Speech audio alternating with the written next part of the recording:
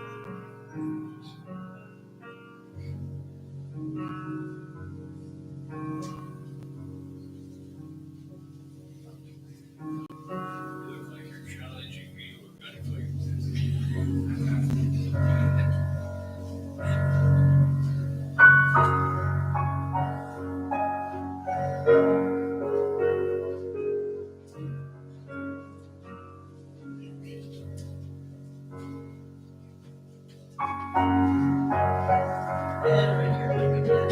You can do that right.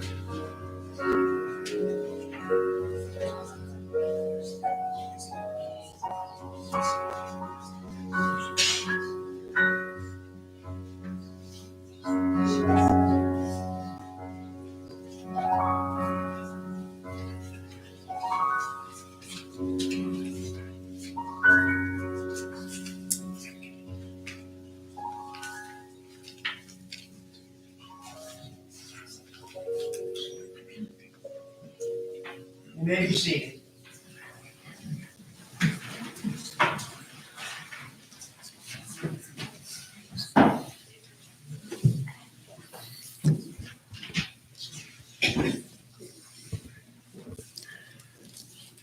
Hi. Hi. For those of you I haven't met, I'm Bruce Ferguson. I'm Janet's ex-husband. It is such a pleasure that you all came to share memories of someone for whom there are no bad memories, even by an ex, and who is so well and widely loved. So there are many people who want to share memories of Janet and the role she played in their lives. So the first speaker will be her son, Jordy.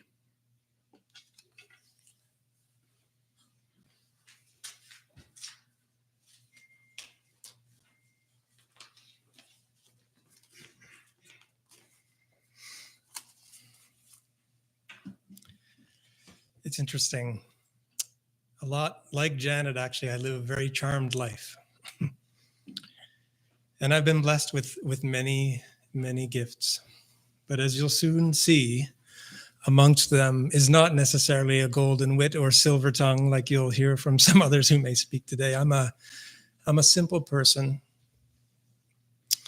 Glenn actually once told me early on, he said, Jordy, you don't say much, do you?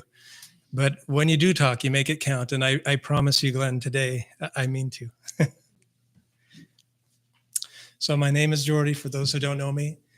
I'm Janet's youngest, which means that for most of my life, I have been the baby of the family. A title which, until these meddlesome grandchildren showed up, was mine.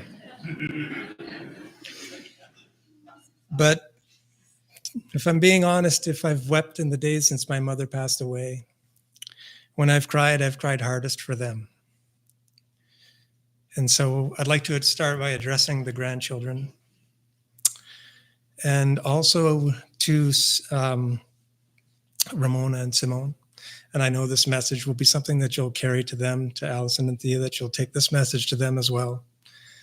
But I'd like to say to Finley and to Marlo what I'm going to say to Kaya, my daughter Kaya, which is, don't despair, my beautiful child. Your Grammy loved you so. She saw you deeply, and she accepted and embraced you fully. She rejoiced in you and the special and precious someone that you are. Life is beautiful, but it will shake you to wonder at times who you are.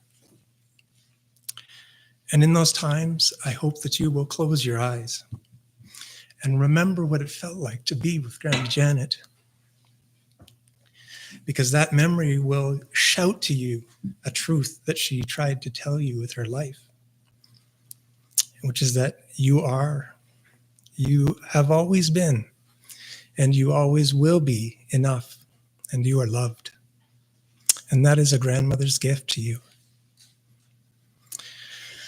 To all the other children in the room, and by that I mean everyone in this room up to the age of 95,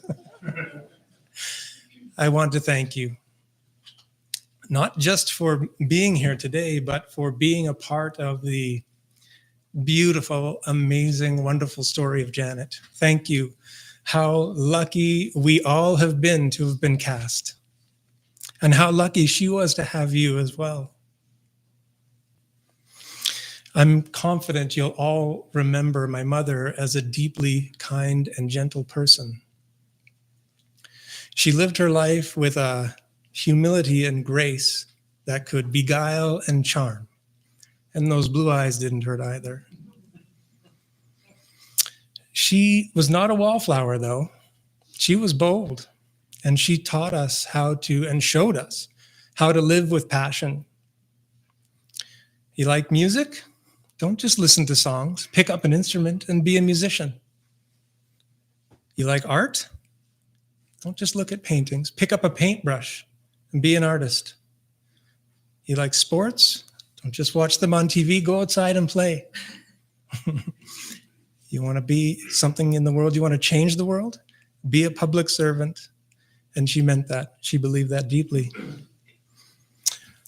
We watched with pride as she built her career, brick by brick, from her beginnings selling clothes at a children's store on Bank Street to the rarefied air of the public service. Janet was a force to be reckoned with. Actually, for those who knew her well enough and in certain circumstances, they will know that in addition to her humility and her grace, she harnessed a great ferociousness. A fact my father will remind you that at a young age I had learned to elicit quite effectively. But I hope you'll remember, for those of you who experienced that firsthand, that it was absolutely an expression of the passion and energy she had that made her so good at so many things.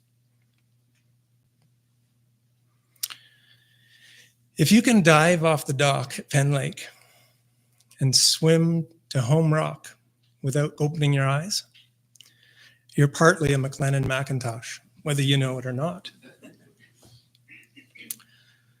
Likewise, if you have a place in your heart where you hold friendships dear, so they're untarnished by space and time, but you express that friendship and love with great restraint, much to the bewilderment and consternation of others at times, you are probably a Macintosh.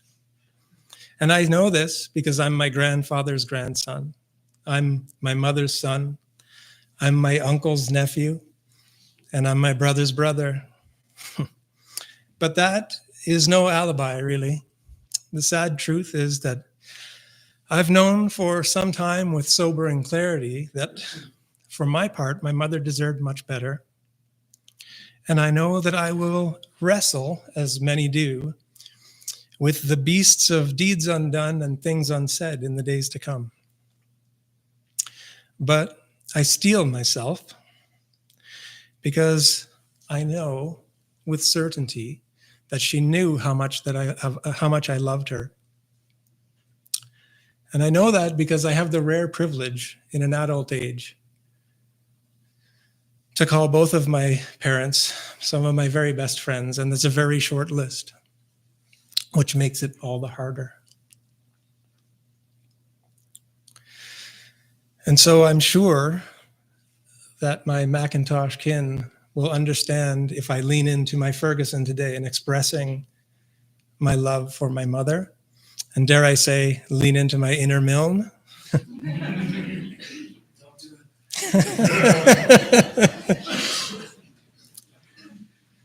But while I'm confessing, I do have a confession about Janet as well, which is that she was a very silly person.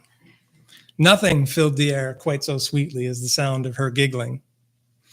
She could pull mad faces, and she loved to make up words like Louis Bigger. Still not sure what that means. And she rejoiced in the funny and cute things that others would say, like Maddie saying, that would be perfect, DWBP. That's still something we say in our house. But I don't need to tell you that, do I? Because many of those giggles were shared with people who are in this room. And if you don't mind, I'd like to call out a few of them just to say a few words. To her brothers, to her older brother, John, and her younger brother, Grant. You knew her longer than any of us here, and you experienced her in a way that none of us did, in what I heard to be a magical childhood in Cambridge and summers in Muskoka. And I know that she loved you dearly. And I'm so thankful that you made the trip. So thank you, Grant and Linda. Thank you for coming from BC. And thank you, Judy and John, who traveled. I really appreciate it. It means a lot. And in truth, we've missed you a lot. To Glenn, thank you for dancing with my mother.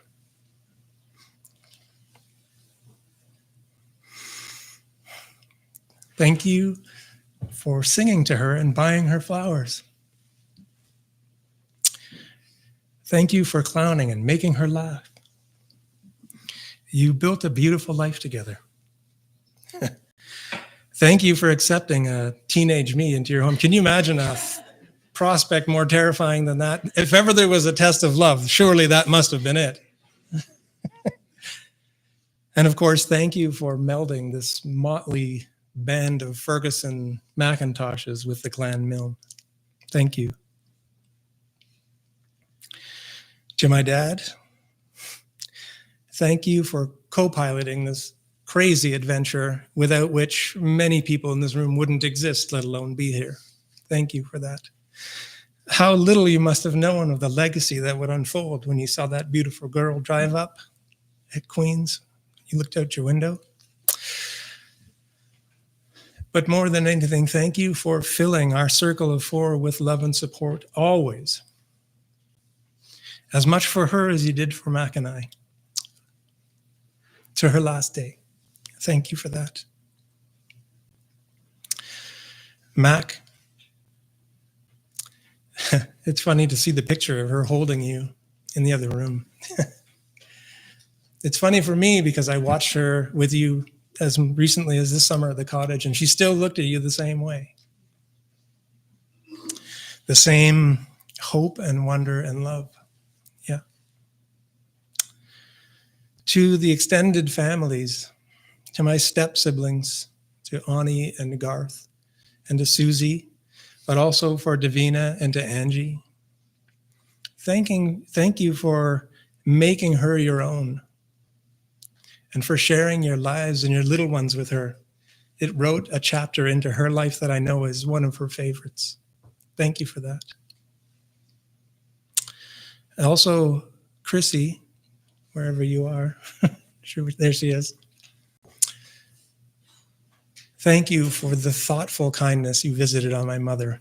Truly, you breathed heart and soul into the things you did for her, and I will always be indebted and love you for that, as she did.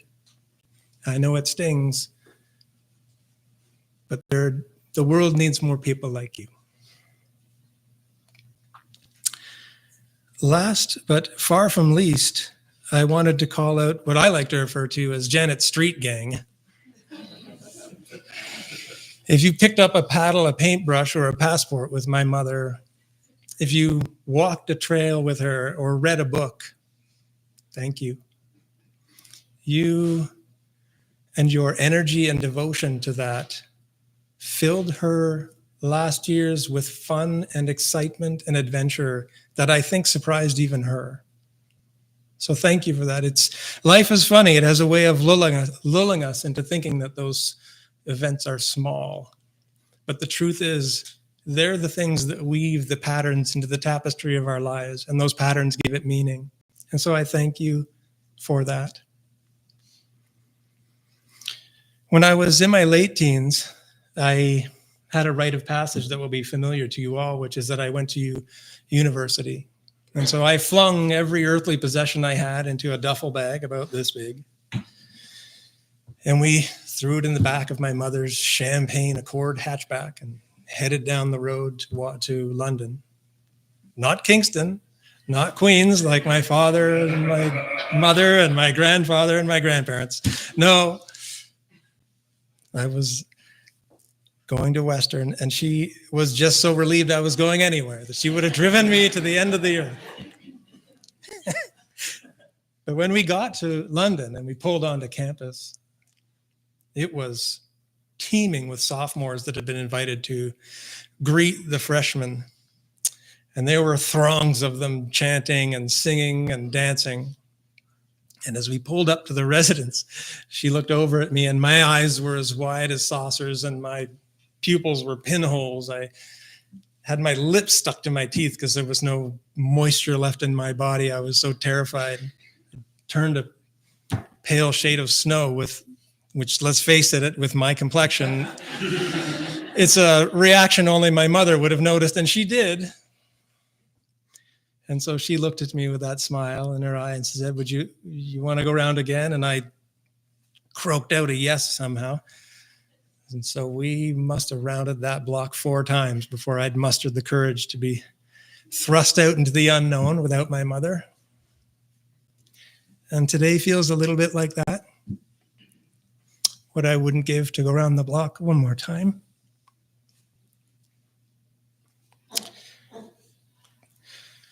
When I look around the world, it seems to me it needs love as much as it ever did. And we've lost a warrior. But she's left us a legacy of joy and fun and friendship. And when I look around the room, I am filled with some hope, and I hope you are too. When you leave today, remember that now more than ever, she is us and we are her. So be bold, be ferocious, and be silly, but do it with humility and grace.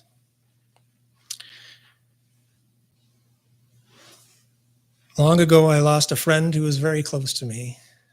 And to help with the pain, I wrote 3 simple lines that I've recited countless times since then, and I think they're appropriate. So if you'll indulge me, I'd like to close with those lines in dedication to my mother.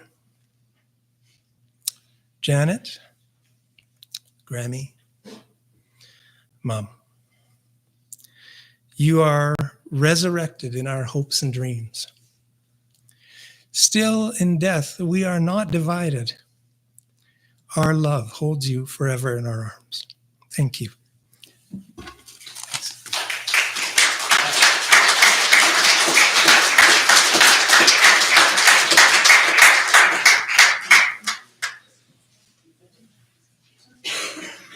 Thank you, Jordy. Next is Galen. Galen is Glenn's grandson. And I want you to know that I first met him as a barista in a coffee shop, and he sure has climbed since then.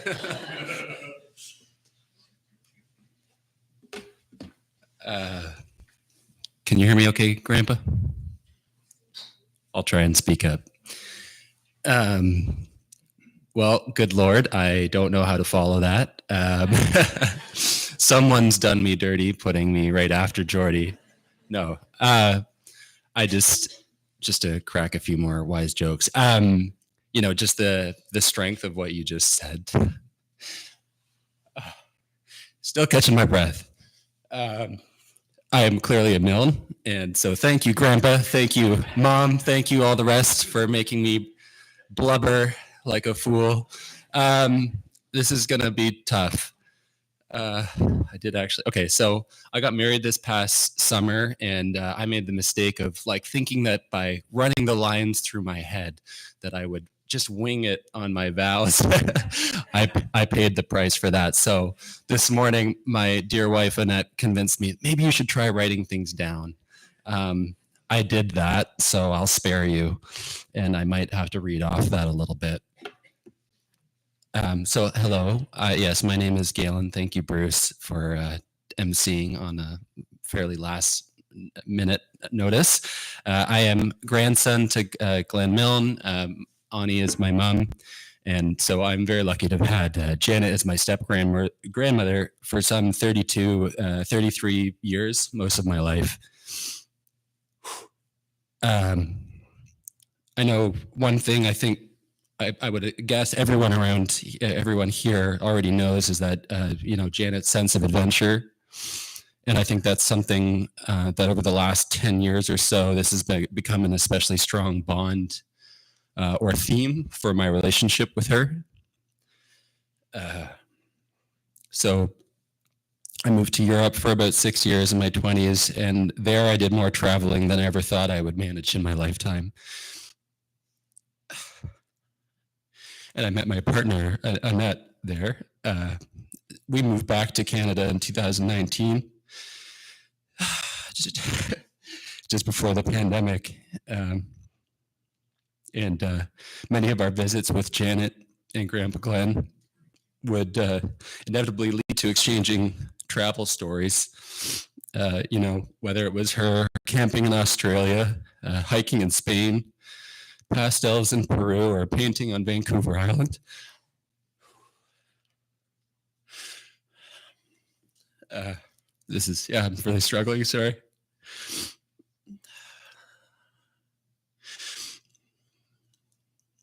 So, just this past week, of course, a lot of reflection.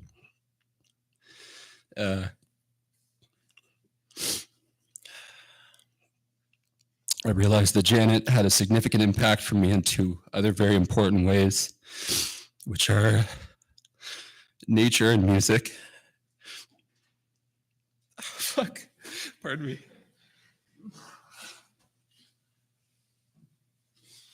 I told you this was going to be ugly. Okay, I'm going to hold it together. And, pardon my French, by the way. So from summer camps as a kid to cottages as a teenager, Grandpa Glenn and Janet have been supporting and providing a place for our family to disconnect from our busy lives and to really reconnect with the beautiful natural environments, to savor the profound and subtle magic of a lakeside campfire, a quiet sunset paddle with the loon, or having that special place out on the point to propose to your wife. Without Janet, none of this would have been possible for us. Okay. Almost exactly 20 years ago, when I was 16, I stayed at their Walker Lake cottage for the better part of a summer. I remember once Grandpa and I getting in trouble from Janet like two fellow schoolboys after I had invited my girlfriend up for a weekend, I guess without Janet's permission. It was the next day. I was getting out of the car, and she was looking a little stern by the front door of the cottage, perhaps with a glass of wine in her hand. And Grandpa and I looked at each other like, uh-oh. I think that's what brought us together closer than ever. But more importantly about that summer, I think it was, 2004. I remember picking up Janet's guitar, which was a nylon string classical. And that's, I think, when I started to actually try writing my first songs. And so that's something that really dawned on me this week. Spending some time with Grandpa Glenn at their place here in Carleton Place, and realizing, once again, that Janet's impact on my life and my love of music especially is something that's, of course, only grown in the decades since then.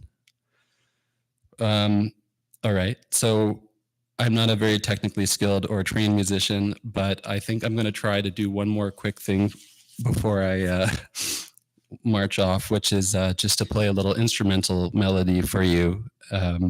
It's something that I wrote many years ago, came out of nowhere, like many of the best ones do. It never had a name. It never had a home, but it felt like the right one for this moment. And so I'd like to dedicate it to Janet. We love you, and thank you all. I'm going to play a song now. One sec.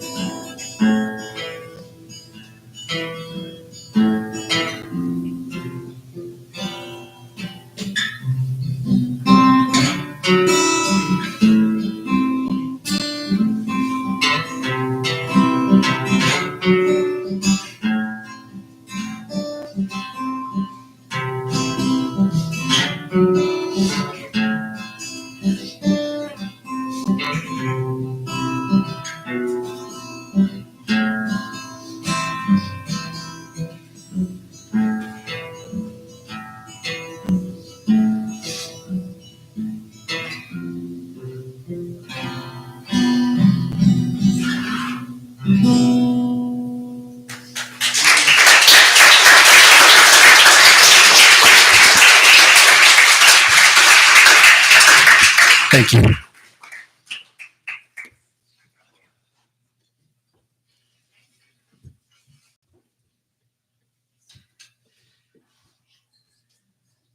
Thank you, Galen. Maybe if it still doesn't have a name, you should call it Grandma. Okay. Hey. Next, we're going to hear from Galen's sister, Thea.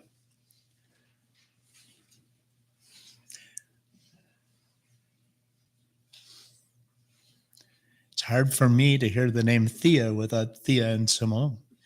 Okay? I never heard the.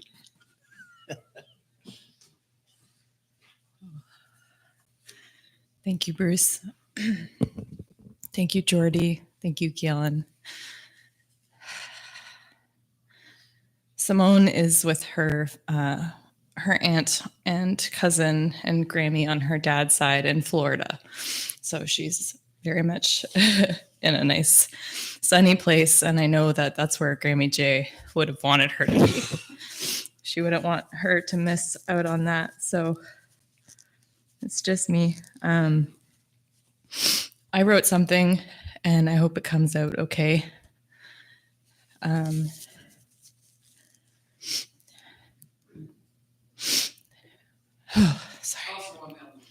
Also a Milne, clearly. We cry a lot. Grammy J was incredible. It's hard to summarize a lifetime in a few short moments, but I think it's best we leave that to the people that knew her best. I think instead what I'd like to do is just think about all the ways I'll keep looking for her. And I think that's what she wants. I think I know that she would want us to remember the good stuff, and that will help bring her peace wherever she is now. So I was just thinking of all the places that I will look for her, and I hope that it provides comfort for everybody else. She will be the sparkle from the sun on Penn and Walker Lakes. She is the giggle and laughter from Finley, Kaya, Marlo, Ramona, and Simone. She's the warmth of the sun on your eyelids while you shut your eyes for just a minute. She's the cool breeze of an early morning paddle. She's the soft, sweet music playing in the background while you cook dinner that maybe makes you do a little jig. She's the brilliant lapping at the top of the fire on the fireplace or at the campfire. She's the warm smile of a close friend or family member. She is all of this for us now. Her memory will fill every space that feels empty, and it will comfort us through those moments that we feel lonely. She wouldn't have wanted us to be sad for having lost her, but to have enjoyed all the moments we have together. I just wanted to go off for a second, and just say, Grammy J, a few years ago, she did something for me. And without getting into too much detail, the best way that I can put it is that she saved my life.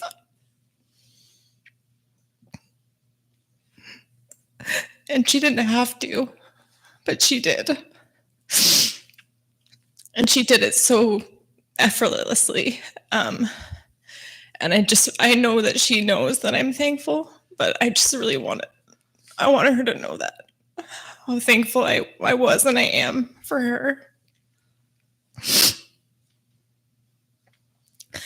So I hope that she's resting in a really beautiful place and that there is eternal sunshine there. Thank you. That's it.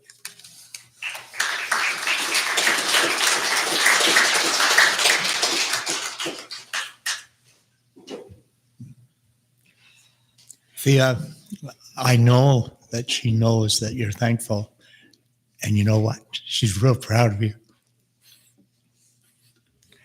Mike? You gonna? No, okay.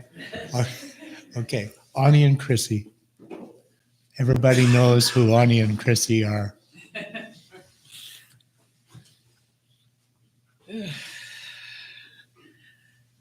Do I need to tell everyone that I'm a Milne? I'm well known for getting up and trying to speak in front of a microphone and then collapsing into tears. I don't know how many of you here were at Janet and Glenn's wedding, but I stood up to give a speech, and I think I got about 3 words out and started blubbering so hard that eventually my son Galen, who was I think 5 at the time, stepped forward and gave a speech for me. And I was more together than yeah, he was very proud of the fact that he was doing that. And I sure wish I had a video of that, but unfortunately we don't.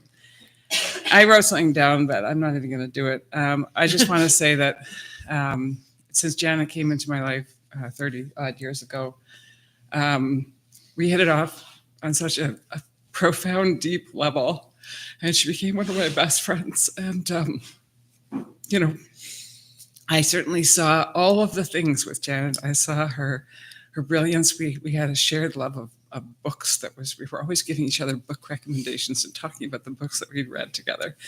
And you know, went back when I learned how to guitar so that I could learned how to play guitar so that I could snag a wife, and then afterwards drop the guitar.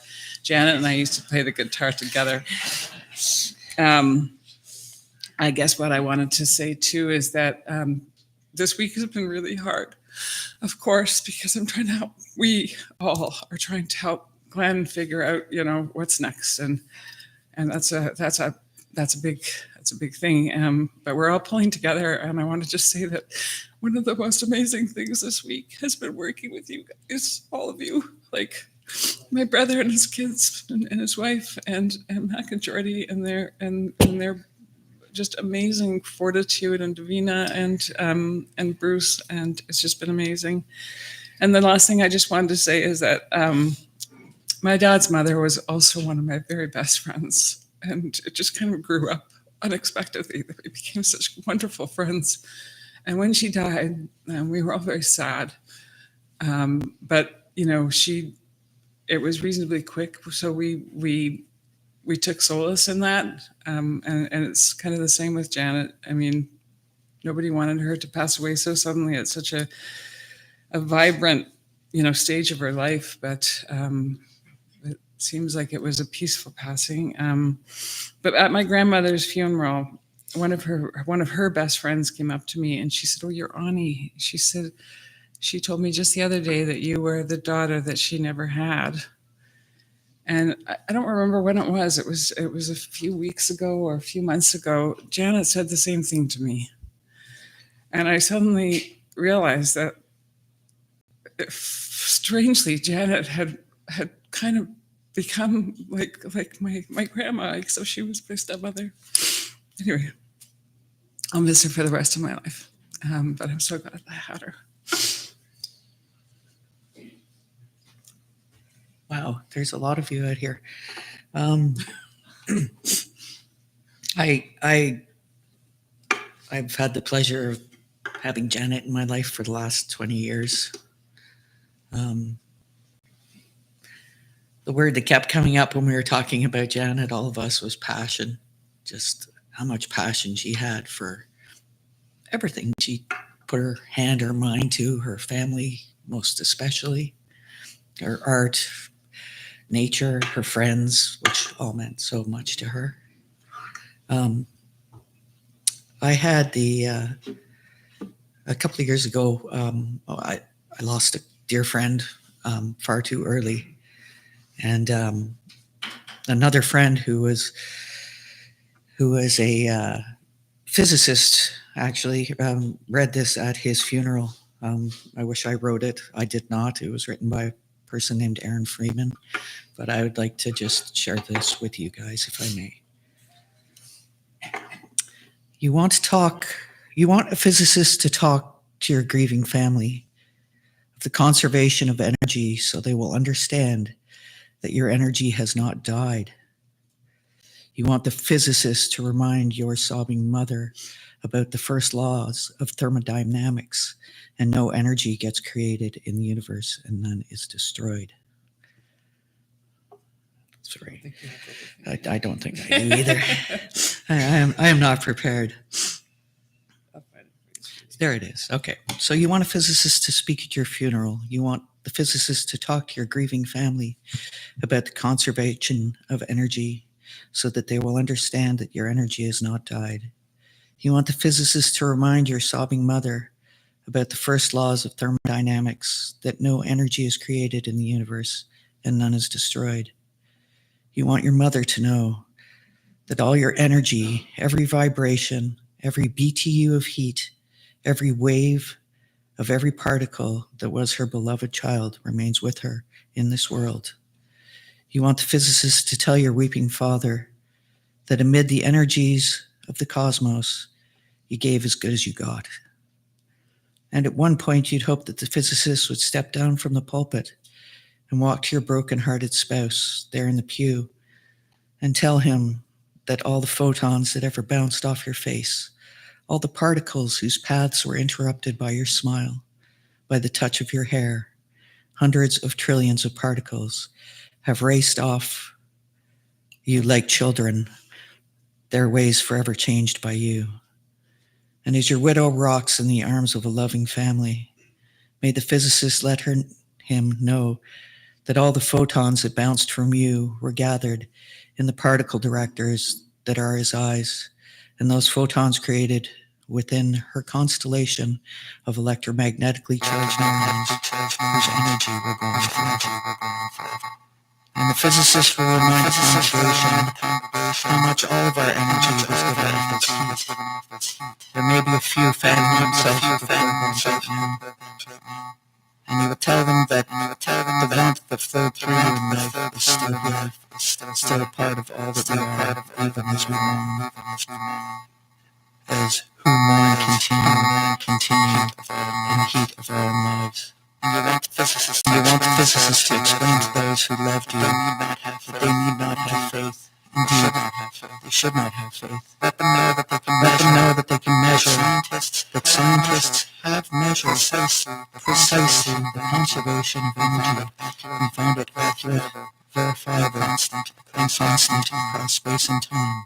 You can hope your family will examine the evidence and satisfy themselves with the science is sound, and that they'll be comforted to know your energy is still around.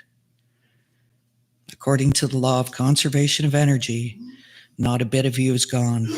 You're just less orderly. Amen. Thank you. Thank you.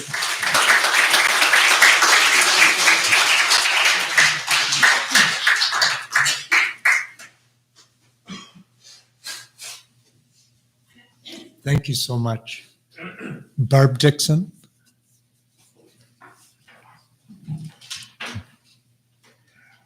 Barb was one of what Jordy referred to as Janet's street gang. I'm not a Milne, but I might cry. So I did write something out because if I tried to read it without, just say it without reading, I would cry. So I'm short. You're all so tall. I'm here today for myself and on behalf of a group of women who had strong ties to Janet through our art. We met many years ago at an open studio in West Carton, run by a pastel artist, Margaret Ferraro. We spent many an hour painting, talking, learning, enjoying each other's art and company. This progressed to traveling together to art retreats with Margaret to France, Costa Rica, Italy, Spain, Peru, and Portugal. This group became part of our lives. And when Margaret moved away to Toronto, we kept painting together, outdoors in the summer and at a studio in the winter. Janet, when she wasn't in Florida, Victoria, or at the cottage, would always be there. Then COVID arrived. We did start art via Zoom, opening an online gallery of our works. We were also going stir crazy at home, so decided to branch out and start hiking, then snowshoeing, always maintaining the social distance required. We covered many of Almont, Pakenham, Carton Place trails. We also discovered that a few of us golfed, so another day was set aside for a golf game. Janet lived the longest distance from us all, but always was up for the drive to join in. From small beginnings many years ago, strong friendships were made that continue to this day. We were also pleased that Janet and Glenn finally moved to Carton Place so that Janet would not have to travel those long distances. We were planning new adventures and art get-togethers for this year. But sadly, life threw us a curveball, and Janet exited way too soon. We will continue our group without you. You will always be in our hearts. We will miss your smile, your good humor, your willingness to try anything, and you just being there. Rest in peace.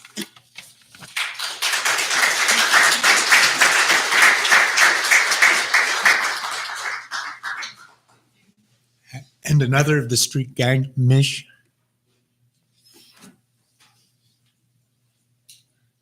I didn't think you'd call me Mitch.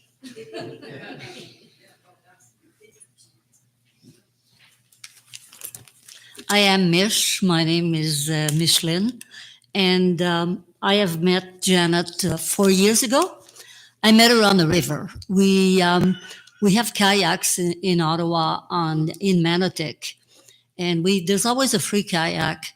So we invited Janet. Must have been in the fall because Janet is away in the summer. So we went kayaking together, and immediately, I don't know, like we clicked. We started talking, talk, never stopped talking. And then we celebrated, I think it was Janet's birthday. We celebrated with champagne. So she thought that was a great idea. Loretta had brought a bottle of champagne. We had some strawberries. We had chocolate. I mean, we had great fun. So right away we developed a bond, and it continued on because she lived on Echo Drive. It was really close by me. And sometimes we would just if there was a free hour or something, get together for a walk, go for coffee. And Eleanor that lives close by as well, so would join us sometimes. So we had a lot of fun together. I remember one time we were driving, there was a special occasion, and I was driving, we're driving out west, and we're talking. And I said, Janet, we missed the exit, so what do we do? So I said, well, I'm going to do something illegal. Is that okay with you? So I'm looking to do a U-turn. Because I said, you watch to make sure there's no cops around. And I did the U-turn, and we made it. So we made it on time to the birthday, I think it was a birthday party or whatever, so to a winery. So we made it on time. So all of a sudden we became Thelma and Louise. We also my first time I was invited at the chalet with Loretta, and the first year. Like, so we went golfing together. Janet belonged to a private golf course. She invited us over. We went golfing. We did some kayaking on the lake because there was kayaks. So Janet pulled kayaks with us, and we went kayaking. But there was also rainy days, so we had to take care of the rainy days. Well, on the rainy days, we played Mexican Train. Well, my God, the bantering. Plus, we would have wine, and Janet loved our visits because we would bring food and we do the cooking, so she'd get a real break. So we would drink wine, we'd so tease each other. So we had so much fun. The second year, Karen joined us because the first year Karen couldn't come. So, but then it meant that somebody had to sleep in the bunkie. In the bunkie, there's no toilet there. So that preoccupied Janet, but we still had a great time. So Karen was the unlucky one that got the bunkie. So she slept in the bunkie. And but the third year, guess what? The bunkie had a portable. So she had bought a little portable. And so for us to have so I got the bunkie the third year, and I got the portable. So and anyway, so goes to show you like the big heart of Janet, thinking, to making sure to make every occasion and everybody happy, that everybody was looked after. So it was a great time. We had so much fun. And then we did Christmas together. So our Christmas togethers were at Barb's. And Barb is by the river in Ottawa. And that was the first time that Janet met the old group, because there's Loretta, which is not here, but it's been a part. Loretta actually introduced me to Janet. There was Barb, Diana, then Karen, Marie, and Paulette. And we have the Christmas dinner there at Barb's. So everybody had brought a dish, and we all shared dish and everything. But guess what? Janet had her guitar. So Janet played Me and Bobby McGee. So that was really, so we said, oh my God, what a great addition to the group. So she was so welcome into our group. Also, I told her, see, like Jody said, I told her that I like painting, but I never stopped moving long enough to be able to do it.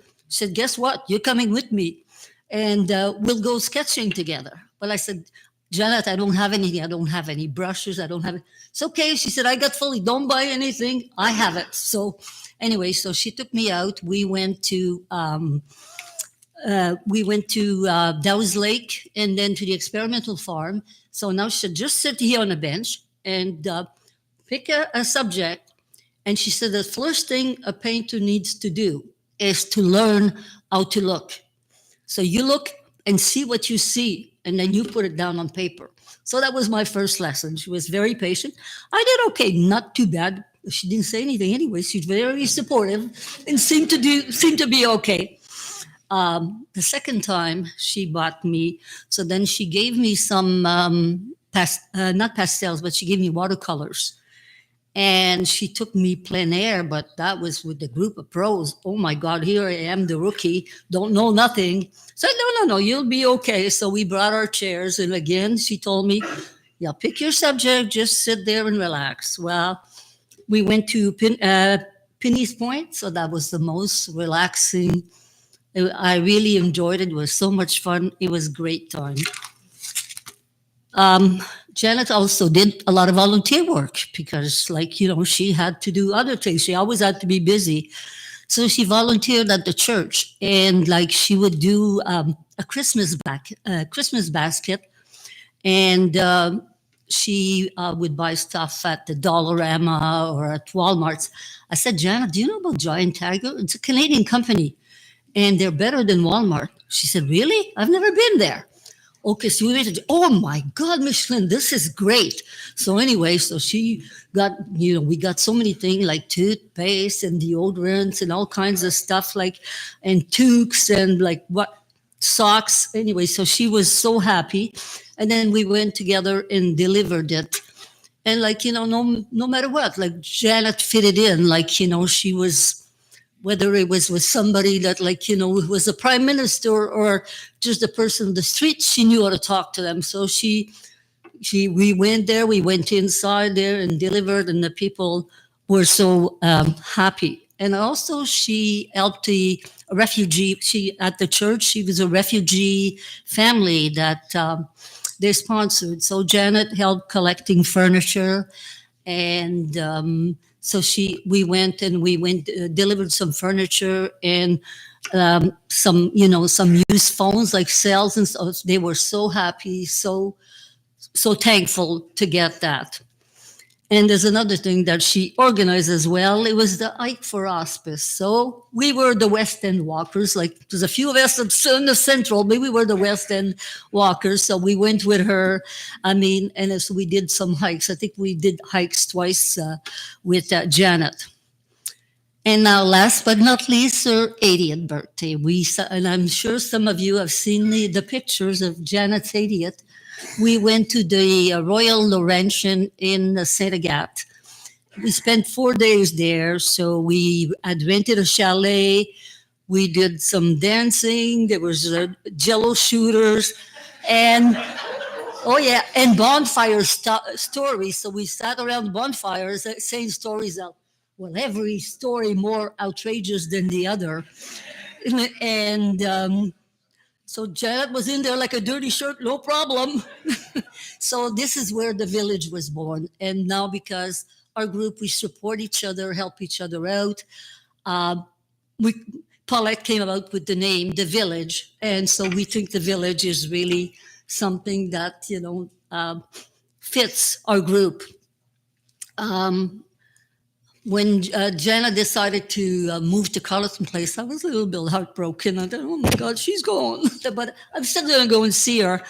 And so while she was moving, she was a lot of work and she was tired, and Glenn was in the hospital. So we started going for breakfast at Vaughn's on Saturday mornings. So she really enjoyed that. She said, oh, Miss Finch, this is so good. It makes me relax and it feels good to be here, So we started doing that, and we'd go hiking because Loretta's in Hawaii. She used to, spend a lot of time with the group now, but it was the real Canadians that stay here in the winter. And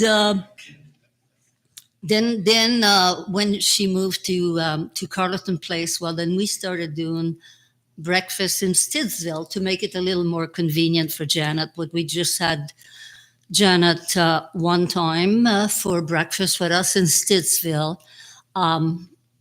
The week that Janet passed, on the Tuesday, we had went hiking together. I had spoken on the phone with her on the Wednesday. And on the Thursday, we were going to a lecture at Carleton on mental health. And I got the sad news. I am very, I will miss her tremendously. And I also want to thank the Milne and the McIntosh family for the generous offer of the chalet, and that Janet built an extra bedroom for her girls is so touching. I am very fortunate to have met her. She was a kind and beautiful soul, and I will miss her a lot. Thank you.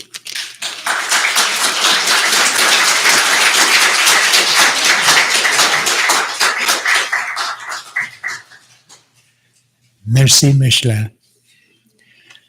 We didn't know that it took a village to sustain a grandmother. But we were certain that she had several villages. Next, we're going to hear from Chantal and Jean-Pascal. And they are such old friends that they span both the Ferguson and the Milne period. And they're wonderful friends. And you're never going to learn this from Jean-Pascal, but he played a pivotal role in Janet's rise and enjoyment of the civil service. Thank you, Jean-Pascal. Okay. I'm Jean-Pascal Souk, and this is Chantal Fortier, my beloved wife. Janet and I go back to June 1981. Okay. June 1981, and we both were recruited at a now defunct Science Council of Canada, and she was extraordinary. I mean, the whole part on getting girls to study science, technology, and everything. She was a wonderful colleague. And then she went to the... I need a 1 minute break, but I'll be back, I assure you. Okay. Take your locker.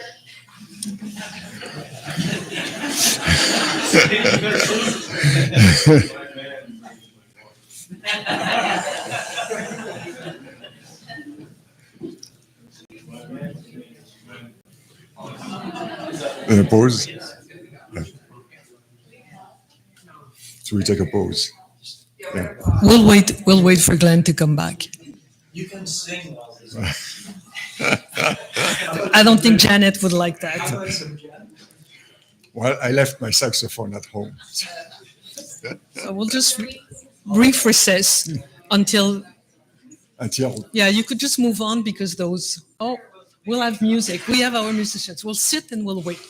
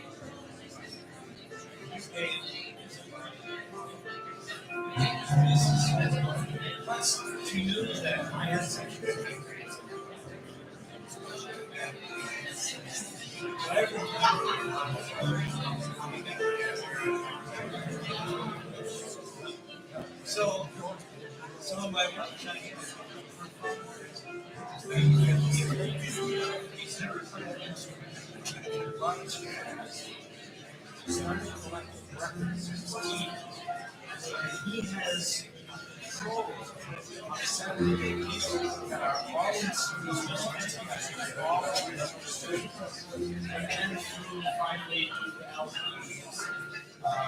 And he's not allocated everything. But you know when he died, it's really weird. So he died.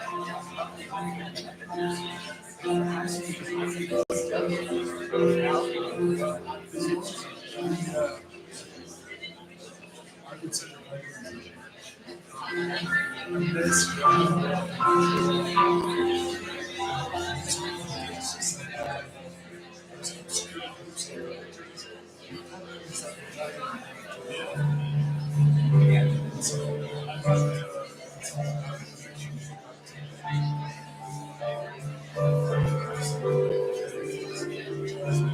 remember them all.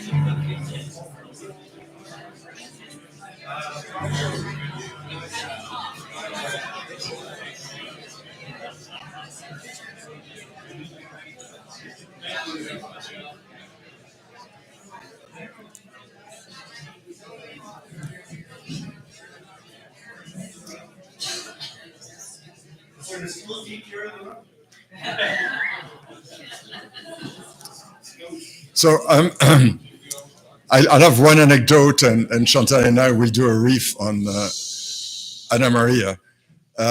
So it was 81, and Janet is my colleague, and all of a sudden I got new friends in the Fergusons, and the Jordy and Mac were about this size. It's amazing to see how they transformed. So have I. I mean, I didn't have white hair at that time. So after the conference, which Janet went to Industry Canada, I went to National Museum of Science Technology. At some point, the government wanted to do an exhibit on Canadian technology and innovation and everything, which was to be named Yes We Can. That was way before Obama. And so being new to the National Museum of Science Technology and enthusiastic and everything, with a couple of colleagues, we did the project on the back of an envelope with a Class W estimate, and I marched to the federal building, and Janet was there with some executives. And so I started my pitch and everything, and at the beginning, Janet was listening carefully, and at some point I saw her going like this. And at some point, in front of everyone, she said, "No, it's not going to work. You can do this. You can deliver. It's going to be over budget. You won't have the time." And so she dressed me down in front of those people. Thank God I was not considering a career in the public service. But the thing is, by doing this, anyone else would have been pissed off and say, "Whoa, why are you saying that?" and everything. In fact, she saved my skin, because by telling me don't do this, she made it that I avoided a serious professional catastrophe. And so I will always be very thankful to Janet. So I knew Janet, the guitarist, the singer, the smiling and everything. I knew her other side as well, and I can tell you, it did me good. The other moment is nothing to do with professional. It's the years the winters we spent on Amaria with Glenn and Janet, Chantal and I, and our bichon frisé at that time. It was an addition to the reconstituted family. And we had a wonderful time together. I was privileged to be able to cook, so I would do pizzas whenever I wanted, which was great. And then we had those walks and the golf and the beach, and water has always been something that we experienced with Janet and Glenn, lakes, the Gulf of Mexico and everything. So talk to us a little bit about Florida. So I met Janet when I met Jean-Pascal not long after in 87. So everyone was younger. And then I met her sometimes in corridors. I also work in museums, then in government. And at one point, because I knew Glenn, I worked with Glenn as a facilitator. And it was true, there were those paths in life. And I remember this, super bright mind. It was really nice to know Glenn in a different circumstances. And yes, we had the Anna Maria years where we had a beach club where every night we would look at the sun, have an apéro, and chat, had philosophical discussion or more down to earth, but it was always great memories. And Janet was my coach when I was still working. So here again, we were having this personal relationship and a very professional one. And she was always extraordinary in balancing things, being down to earth and all that, very supportive. And we have walked together. We have, I don't sing, but we have spent many good moments. And over the last week, I've lived constantly with her, and we talked about, with Chris, we had an episode one night that Glenn and Janet, there was a man who was there, and he was not necessarily nice with me. And Jean-Pascal was in France with his old mother, and I decided to leave. This man was aggressive and anti-Francophone, so yeah. And at one point, Janet said to me, "You don't leave. He goes away. Bang, get out of my house." And Chris and I think it was the first time I met Chris, who's a former student of Glenn. And I was like, oh, that's a good friend to have. She was the bear mother. And but like all of you, she has carved this huge space in our heart, a very complex person, a very honest person. And but we still have each other. We have, and I think it's very important. And I think that the bonds that she had been the glue and the glee in our lives, and that will remain. And many of you have spoken eloquently, and I'm glad that some of you have not seen for years. You were much younger, me too. But thank you so much for all being here and thinking about our friend. And to all of you, children, grandchildren, former, present, all of you, our heart is with you. Absolutely.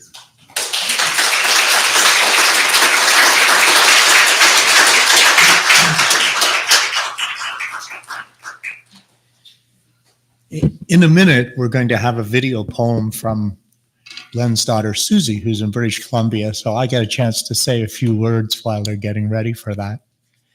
I was delighted that Chrissy, I can't call you Chrissy, Chris read that poem.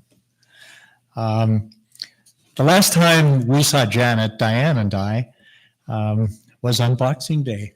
Glenn and Janet came with Mac and Davina and family to our place for brunch. We had a great brunch. Janet also loved food. Nobody talked about that. She never thought of herself as a great cook. I think she thought the best cook she knew was a guy called Jean-Pascal Souk, actually. She always raved about his cooking. But anyway, we enjoyed the food, and it was great to see people. And when they're leaving, Janet and I did something that we did fairly frequently.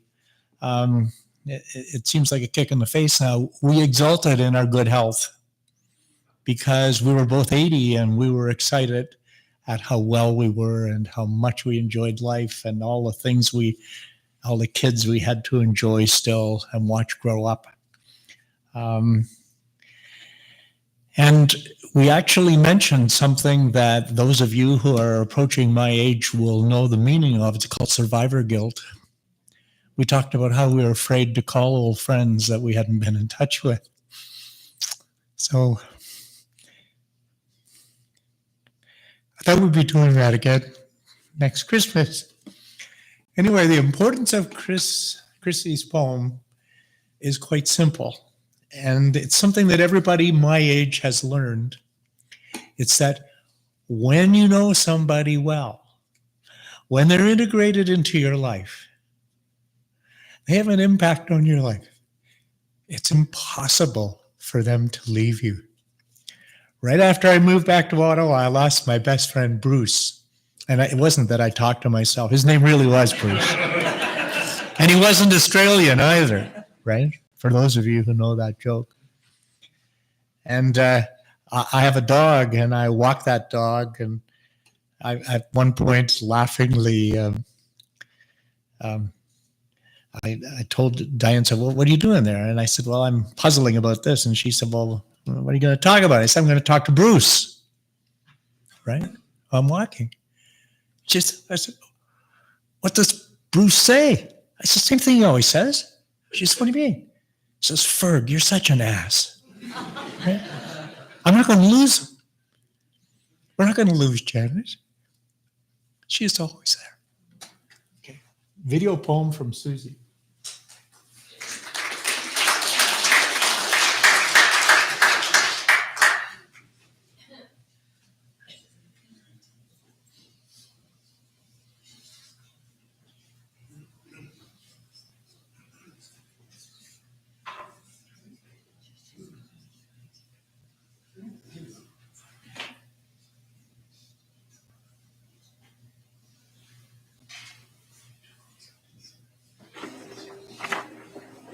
Mama J,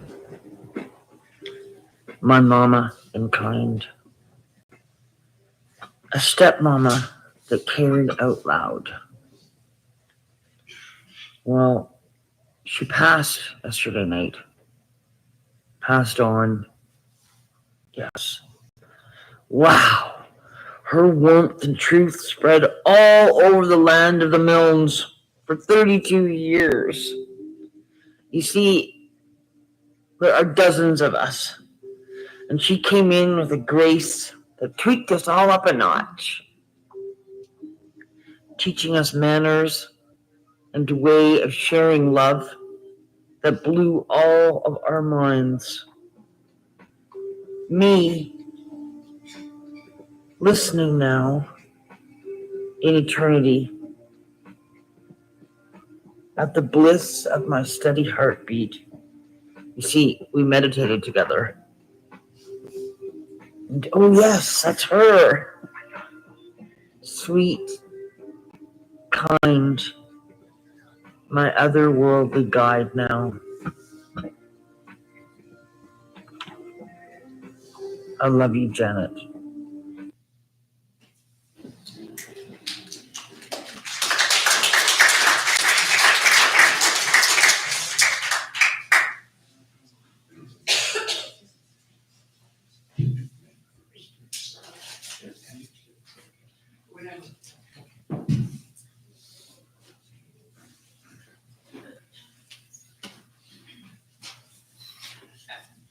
Janet's kid brother, Grant, would like to share some memories with us. Wow. Thanks, Bruce. Yeah, I wasn't prepared to speak today, but first of all, thank you to everybody who spoke. I live on the West Coast. My wife, Linda, and I, we moved there in the early 70s, so we've missed a lot. Missed a lot of what Janet's life has been like. Jordy, that was amazing. Really, it was amazing. Thank you for that.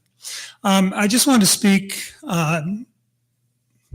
some random thoughts because she's my sister. She's my older sister, John's younger sister, and so a little bit of perspective from those years. She was always obviously in my life when I was growing up. She was my older sister, and I was a really annoying little brother. Really, Bruce can speak to that. I think he met me after my most annoying years, but the old grainy 16 millimeter movie footage that my dad took, a lot of it was in our backyard. She was trying to figure skate. Had the Barbara Ann Scott, for those of you who remember her. I think she's before my time, actually.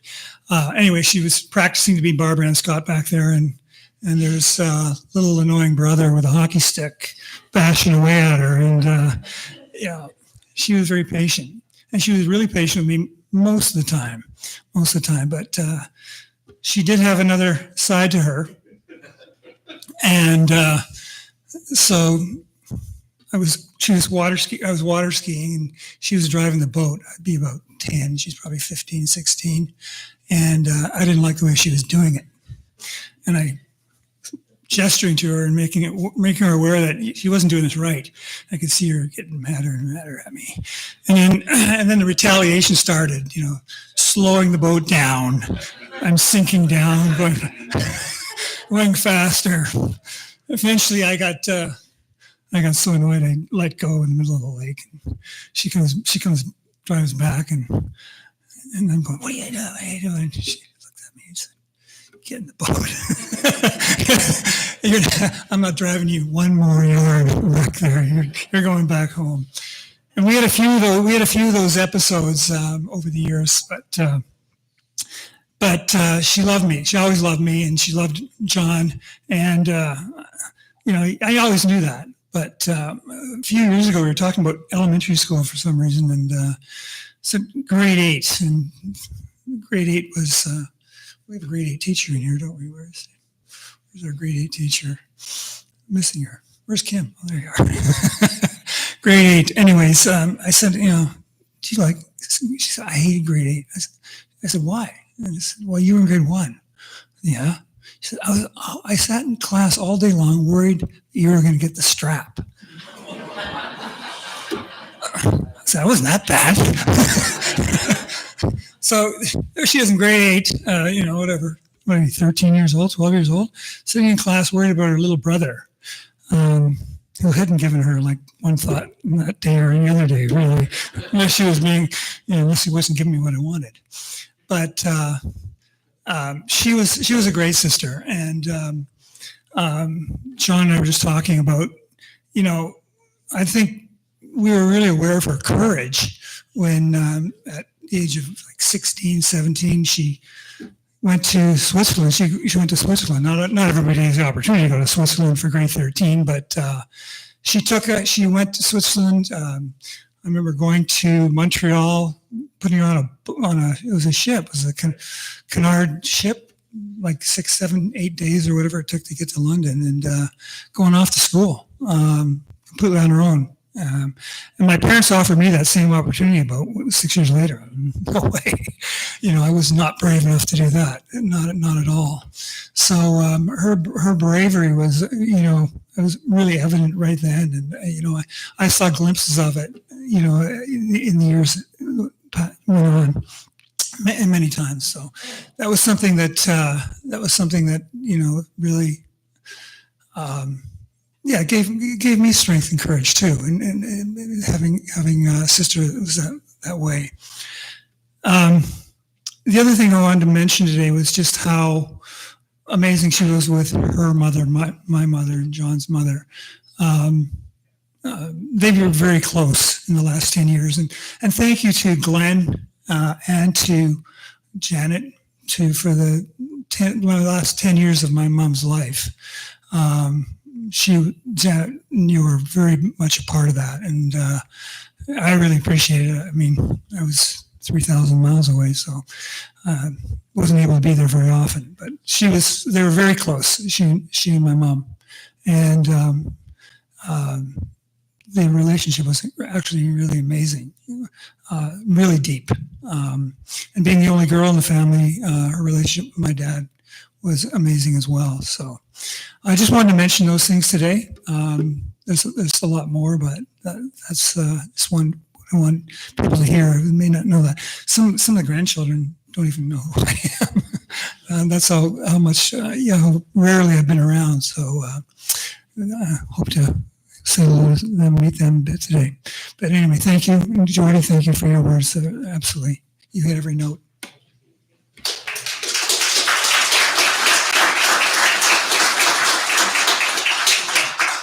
Thank you, Grant. Now we're going to hear from a couple of Janet's grandchildren. First, Finley Ferguson.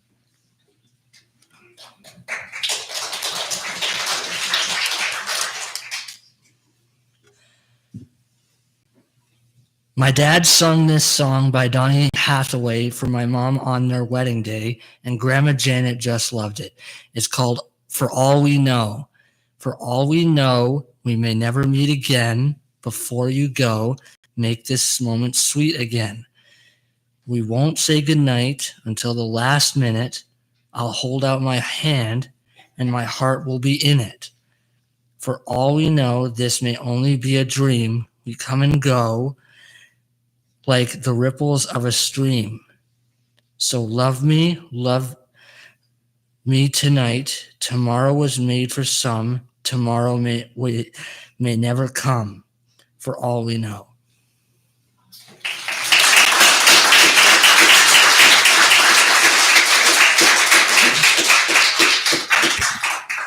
And Finley's sister, Marlo.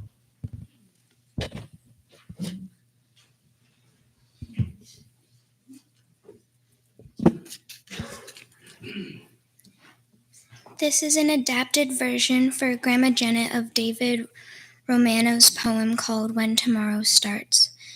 When tomorrow starts without me and I'm not here to see, if the sun should rise and find your eyes are filled with tears for me.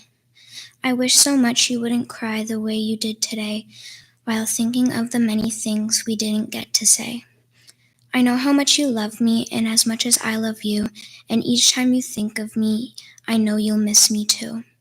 But when tomorrow starts without me, please try to understand that the stars came and called my name and took me by the hand, and said my place was ready in the sky far above, and that I'd have to leave behind all those I dearly love. So when tomorrow starts without me, don't think we're far apart, for every time you think of me, look to the sky and in your heart.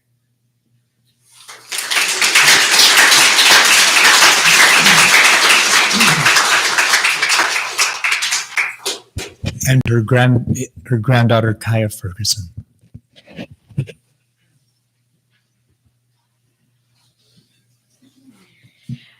I don't have a lot to say, but one thing that kept coming up in the stories was how adventurous and brave my Grammy was. And she would always be trying to find something to do with me. And it meant the whole world. And I really wish I could have told her that and so many other things.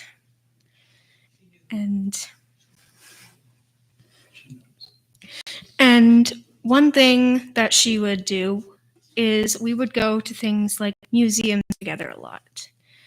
And I have one story where we went to a butterfly conservatory. And one thing about me is I am terrified of butterflies. And we went in, and I was glued to her side. I wouldn't go anywhere else. And the second one would fly past me, I felt like the world might have just ended. But we sat and we looked around. I was still scared. And then one of the workers had come up to us and we started to talk about butterflies. We talked there for a long time. And then when we had left the conservatory, Grammy turned to me and she said, I didn't want to tell you this when we were in there, but that entire time you were talking to the worker, you had a butterfly on your shoulder. She was very silly, and she felt like my best friend in so many ways. And another thing that we really connected to each other on was art. And the last time that I had saw her was at the cottage. And she had taught me how to do a pastel of my dog, Charlie. We did it together, and right before we had left, she offered if I wanted to hang it on the wall. But I am a very sentimental person, so I was like, I think I'm going to keep this just for the memories. So I took it with me, and she said, right before we left, the next time you come to the cottage, make sure that you make something and we can hang it on the wall. Even though she may never see it, I will make an effort to make something that represents her in so many ways, and I will hang it on the cottage wall.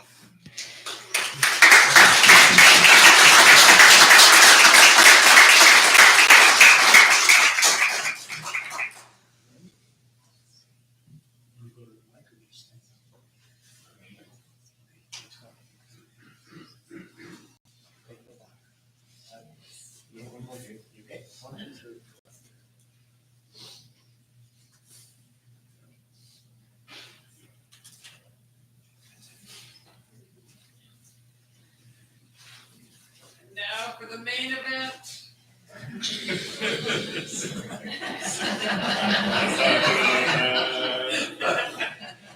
I didn't get to say very much, did I? You are the main event.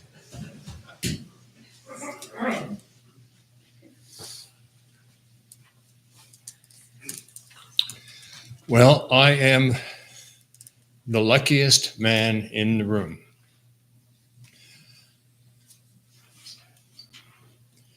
How many ways has that become apparent through these events and stories?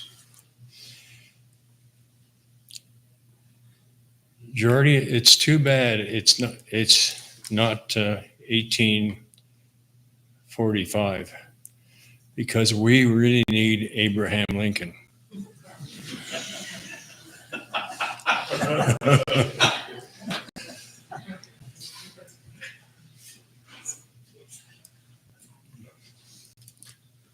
So I was at a tennis club. I was a member.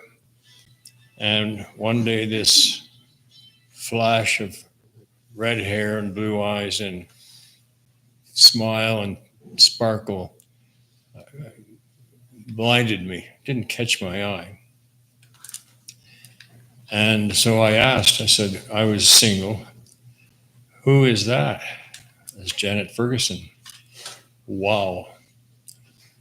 I'll tell you what I'm going to do. I'm going to be a good boy. I'm going to mind my business.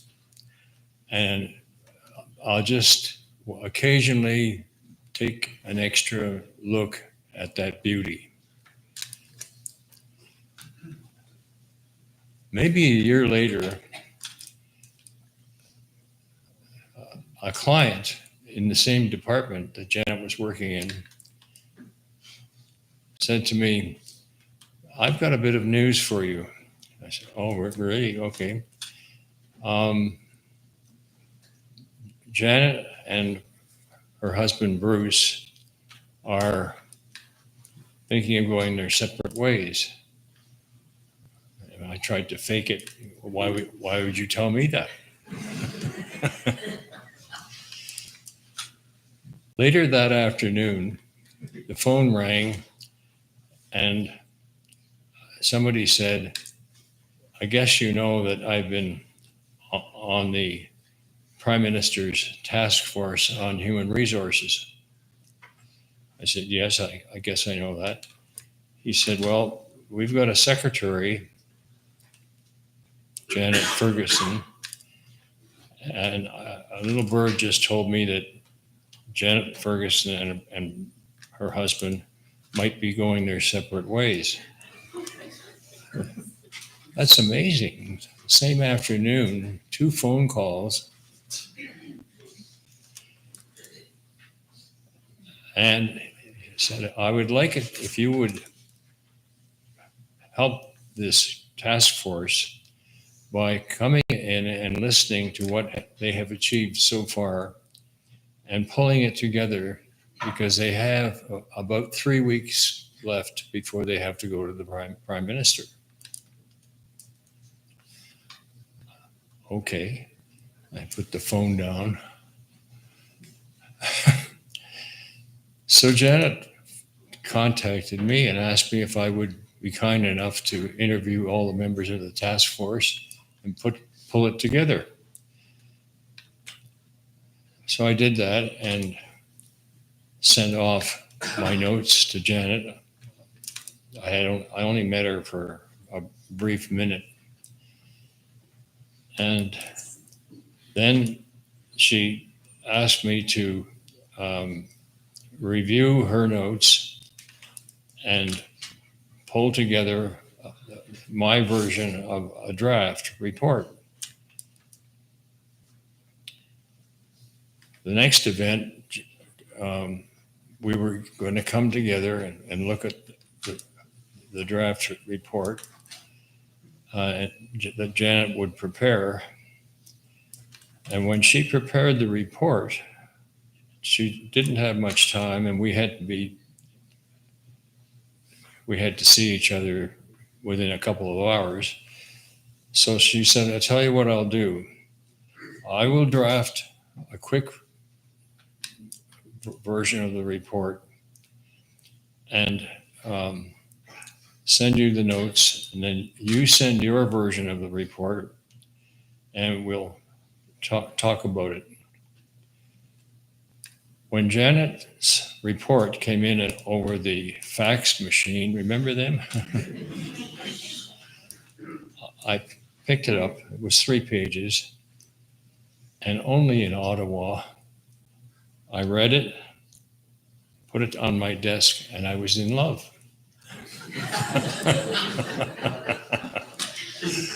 It was just so simple and so perfectly written.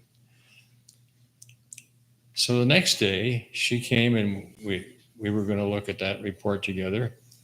And when she walked in, the glow was still around her. And she saw the look on my face, and she winked at me. Well, folks, you know, that's the end of the story.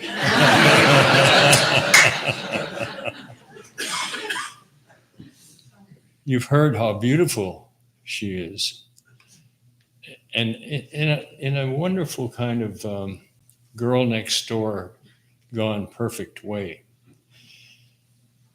And when I thought about that wink, and she looked at my draft and I looked at her draft, and we were just smitten, as only in Ottawa can you be smitten by a couple of 2-pagers. Well, it wasn't very long before Bruce and Janet were well on their way. Yes, I volunteered to come over and help her move.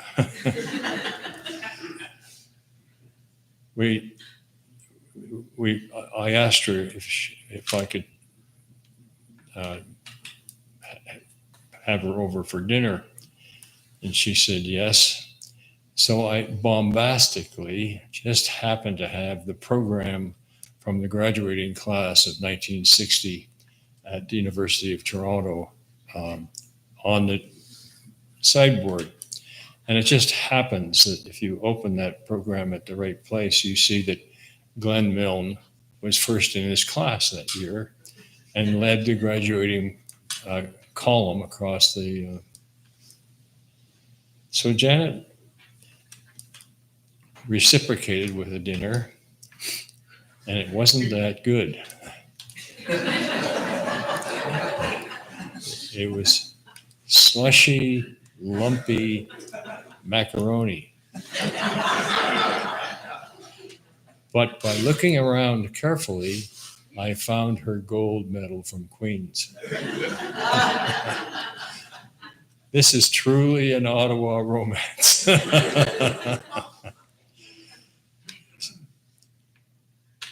Janet's untold story today is that she was a tough bird.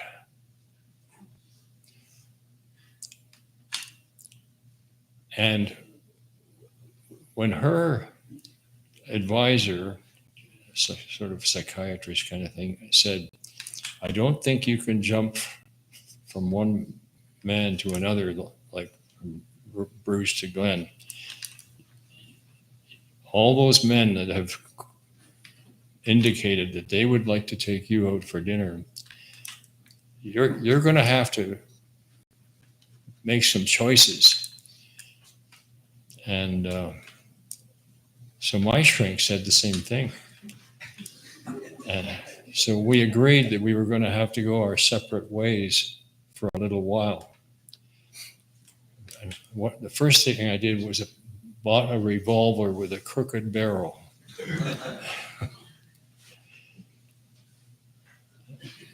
Eventually, it took quite a struggle, but Janet said, okay, I can tell that you're on your way out, that you won't be coming back, because I had gone crazy with the thought of these other wealthy, intelligent, talented men taking Janet out for dinner. And she said, give me a chance. Let's give it one more weekend and see what happens. And we decided that we would be together. But boy, she whipped me to the near suicide by going out with these incredibly intelligent, good-looking, successful men. And, and I'd be sort of begging, but I managed to beg my way through.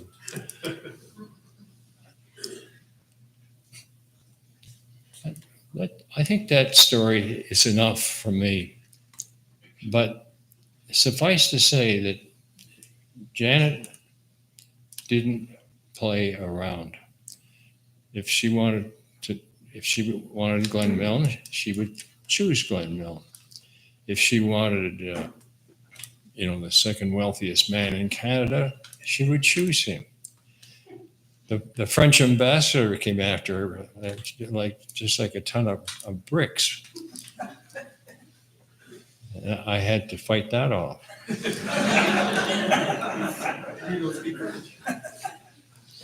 But it turned out that the parallel in brains, completely different brains. You know what kind of personality you're listening to, and it's not a Janet personality. It's a different personality. But I learned over 32 years that she could be as hard as a rock about values, principles, and occasionally, better than that, as hard as a rock about putting her first. And you can wait your turn in this arrangement. So that's the balance. Janet was a toughie, as well as a beauty, as well as an artist, as well as an athlete. And there's a subject I'm leaving untouched. But she was fantastic. Thank you very much.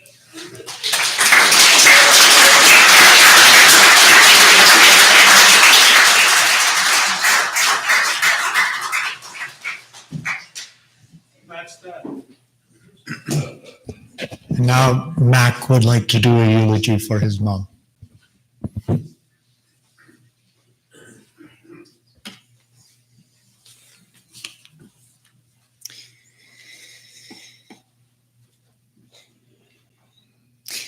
When Glenn called me a week ago today to tell me that my mother had died suddenly that morning,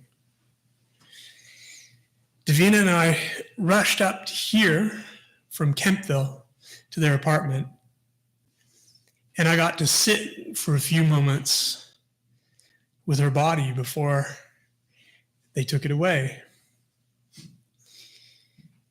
And I now realize what a privilege it was to have that brief goodbye,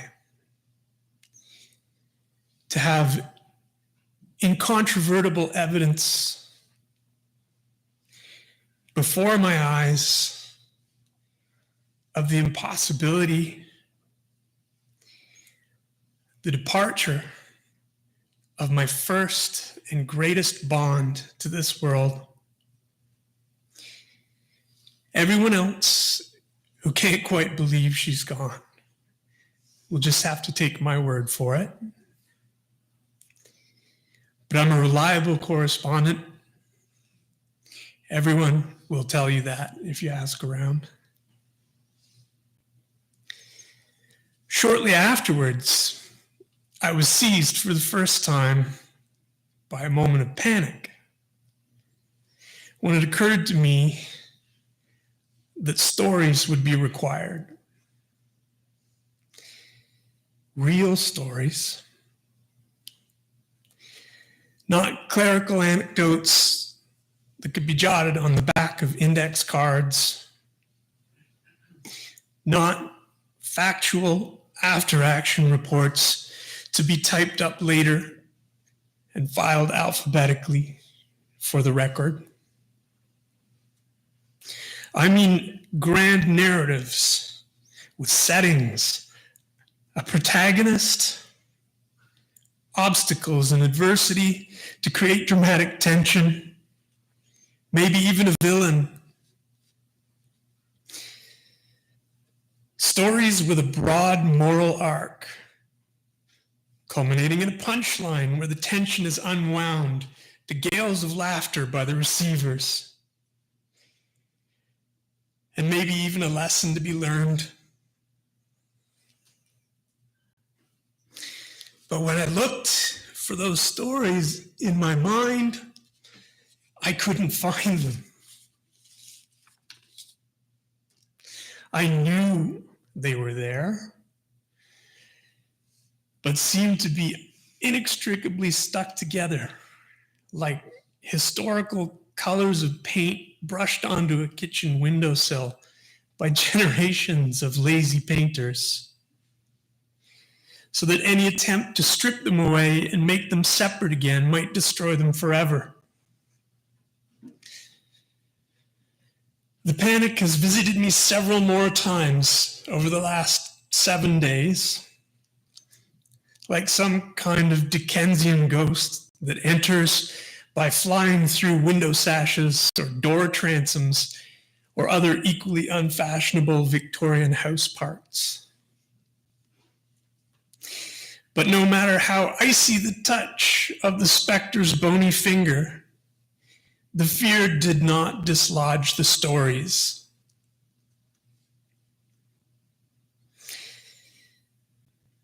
My mother didn't tell a lot of stories about herself. And I don't think it was any accident that she had 2 husbands who relished the telling of stories.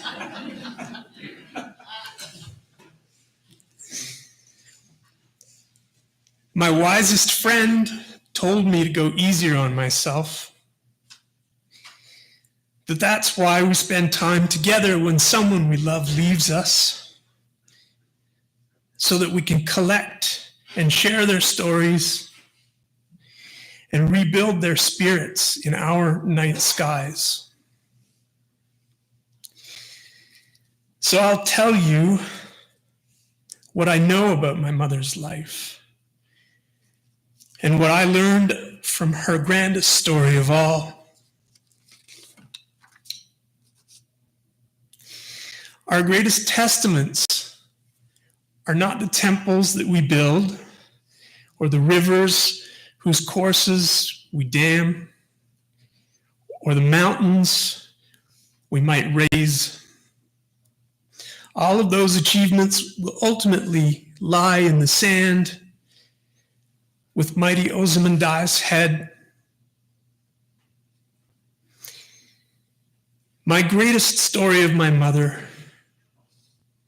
is the uncountable times she looked into my eyes with her eyes that were my blue eyes and told me wordlessly that I was loved. Loved in a way that defies quantification and description and even understanding. That gift from her is one that I have striven to give to my children, and one that I hope will be passed on for eons.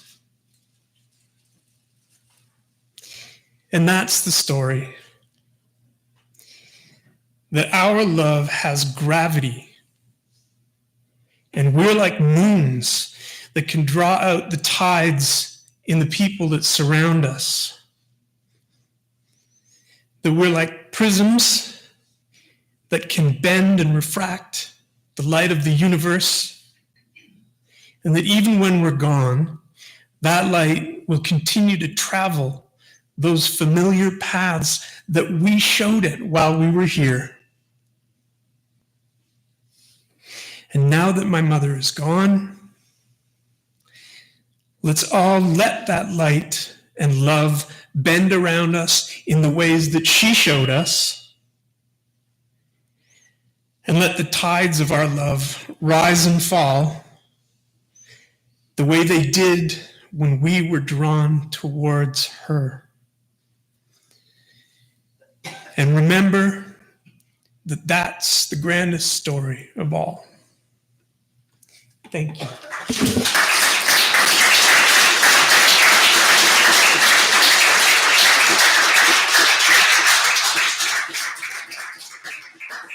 Thank you, everybody, for coming. Yes, there's coffee downstairs with some sweets, and the family would love for you to come and tell your stories. Thank you again.